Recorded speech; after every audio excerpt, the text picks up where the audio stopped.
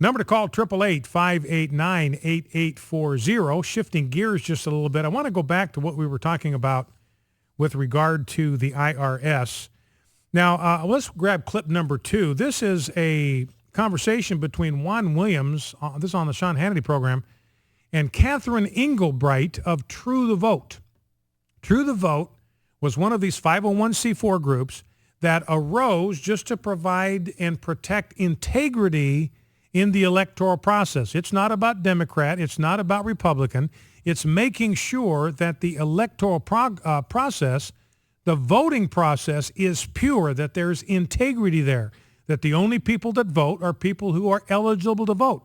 Now, we want everybody that's eligible to vote. We don't want anybody who is eligible to be denied the opportunity to vote. At the same time, we do not want anybody who is not eligible to vote. Because if somebody who is ineligible to vote votes, their vote cancels out the vote of someone who is qualified, and it's just not fair. It vitiates the cornerstone of a Republican form of democracy, which is the integrity of the vote. If you don't protect that, you do not have a republic in any meaningful sense. So Catherine Engelbright talking here about what the IRS did to her. She's just an ordinary individual, just kind of tooling along. She decides to get involved in this Tea Party movement and start this True the Vote thing. And she describes here what the IRS did to her. Never had this happen before. All of a sudden, she had 5 federal agencies breathing down their neck. Let's listen.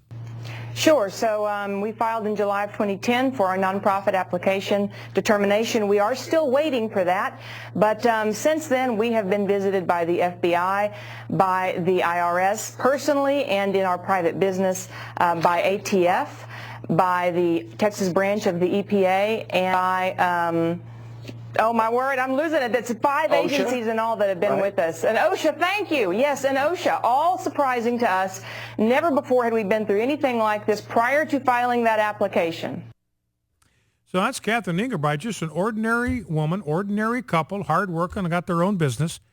And they apply for this 501c4. They'd never been troubled by the IRS, never been visited by a federal agency ever before in their entire lives. Not in their entire work experience, not in their entire employment experience, not in their entire personal experience, had they ever gotten a visit from the IRS. And all of a sudden, they're getting visited by the FBI. They're getting harassed by the IRS. They're getting visits from ATF. They're getting visits from OSHA. Completely unprecedented, never had happened before. And there were so many federal agencies kind of breathing down their necks that, remember, she couldn't even remember them all. She couldn't even remember. And there's so many of them, she couldn't even keep track of the ones that had harassed her and her husband, and they're still waiting.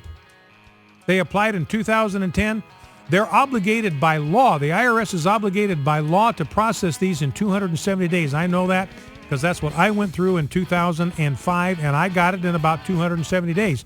I mean, they pushed it to the limit, but I got it in about 7 to 8 months. They're obligated by law to act on these applications in 270 days, which is about 7, 8 months. She's been waiting 3+ years.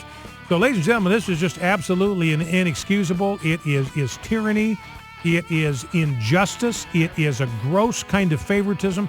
Absolutely, completely un-American. And I'm with John Boehner. Somebody needs to go to jail for this. Focal Point AFR Talk.